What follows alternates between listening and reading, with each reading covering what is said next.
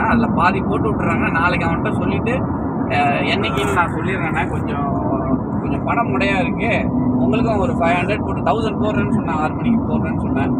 அதில் வந்து கொஞ்சம் இதாக இருக்குது. நான் கொஞ்சம் அலைச்சேன், இன்றைக்கி அலைச்சலாக போயிட்டேன். ஒரு ஆள்கிட்ட போய் செக் வாங்கியிருக்கணும், செக் வாங்க முடியாமல் போயிடுச்சு. இல்லைனா அண்ணனுக்கு காலையில் போட்டு விட்ருவேன்.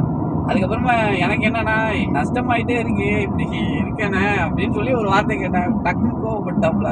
சரிண்ணா, மாமூத்தானத்துலேருந்து நம்ம கோவிட்லக்கு அப்புறம் யாருக்கிட்டையுமே கோவப்படுறது இல்லை. என்ன ஆனாலும் அவங்களோட கோவம் தான் அவங்களோட இருக்கட்டும் அப்படின்னு சொல்லிட்டு ஒன்றும் பிரச்சனை இல்லை, நான் சொன்ன மாதிரி நான் செஞ்சு கொடுத்துறேண்ணே. அவங்க அண்ணனுக்கு 2000 வழி தரேன்னு சொன்னேன்.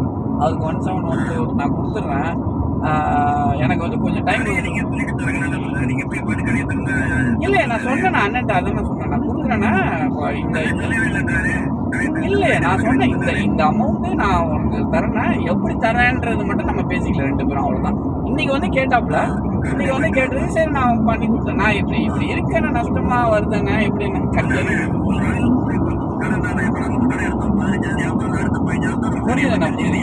புரியுது. அதனால தான் கோவப்பட்டாப்புல. அதனால தான் சரி வச்சிருக்கேண்ணா, நீங்கள் இது பண்ணி நான் இந்த காசு விஷயத்த நான் செட்டில் பண்ணி தரேண்ணே அப்படின்னு சொல்லிட்டேன்.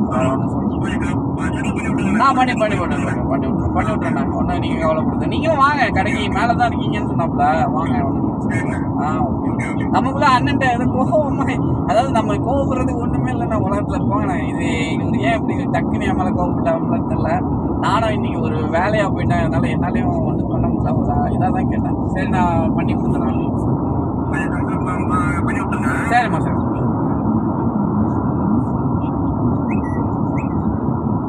சாகுல் பாய் என்ன பாய் டமால் கடுப்பாயிட்டாப்ல அவர் திட்டாம. சொல்லுங்கண்ணா.